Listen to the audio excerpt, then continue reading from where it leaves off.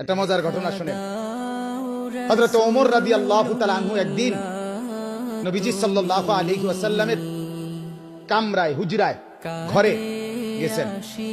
আমি নিজে আরবি কিতাবে পড়ছি, আজ-জুহাদু মিআতুন, এই কিতাবে গিয়ে দেখে আল্লাহ নবী সাল্লাল্লাহু আলাইহি ওয়াসাল্লাম চাটাইয়ের মধ্যে শোয়া, শুধু চাটাইয়ের উপরে, এই চাটাই, মাথার নিচে একটা খেজুরের ছাল দিয়ে বানানো ছোট্ট বালিশ। হযরত ওমর দেখলেন মাথার উপরে একটা চামড়া ঝুলানো নামাজের জন্য, পায়ের নিচে কিছু ছাতু, যেগুলো পানি দিয়ে গুল্লা খায়, আগের দিনে খাইতো খুব, এই ছাতু অল্প কিছু, এই চারটা আইটেম, একটি চাটাই, একটা খেজুরের ছালের বালিশ, আর একটি চামড়া, আর কিছু ছাতু পানি দিয়ে গুল্লা খাওয়ার।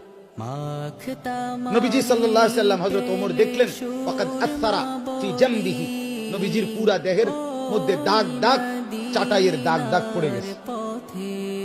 যেহেতু আল্লাহ নবী সাল্লাল্লাহু আলাইহি ওয়াসাল্লাম কায়নাতের সর্বশ্রেষ্ঠ সুন্দর ছিলেন, কাজে দাগ তো পড়বেই। এই পবিত্র সুন্দর চেহারায়, শরীরে দাগ পড়ে গেছে চাটাই।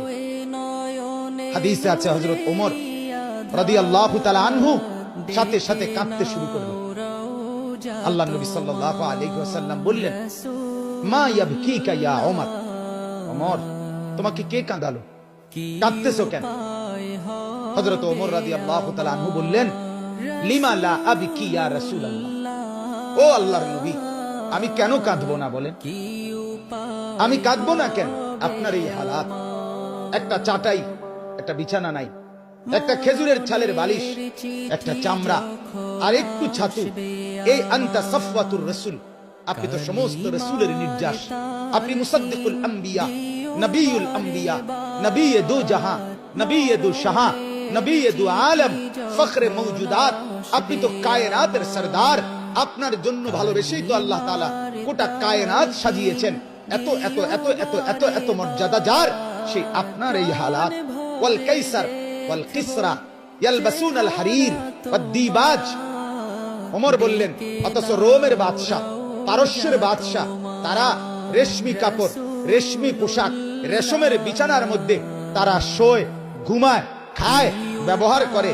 আর আপনার এই হালাত, আমি এটা দেখে কেমনে মেনে নেই? আমার চোখ এজন্য বাধা মানছে না, আমি কাঁদতেছি। হাদিসের মধ্যে আছে আল্লাহ নবী সাল্লাল্লাহু আলাইহি ওয়াসাল্লাম মুচকি হাসি দিয়ে আল্লাহ নবী বললেন, ওমর, আল্লাহ নবী বললেন, ওমর আমা তারদা আন তাকুনা লানাল আখিরাহ ওয়া লাহুমুদ দুনিয়া, ওমর তুমি কি এতে খুশি হবে না যে আমরা আখিরাত থেকে নেব, ওরা দুনিয়া থেকে নেবে? আমরা আখিরাত থেকে নেব ওমর, ওরা দুনিয়া থেকে নেবে।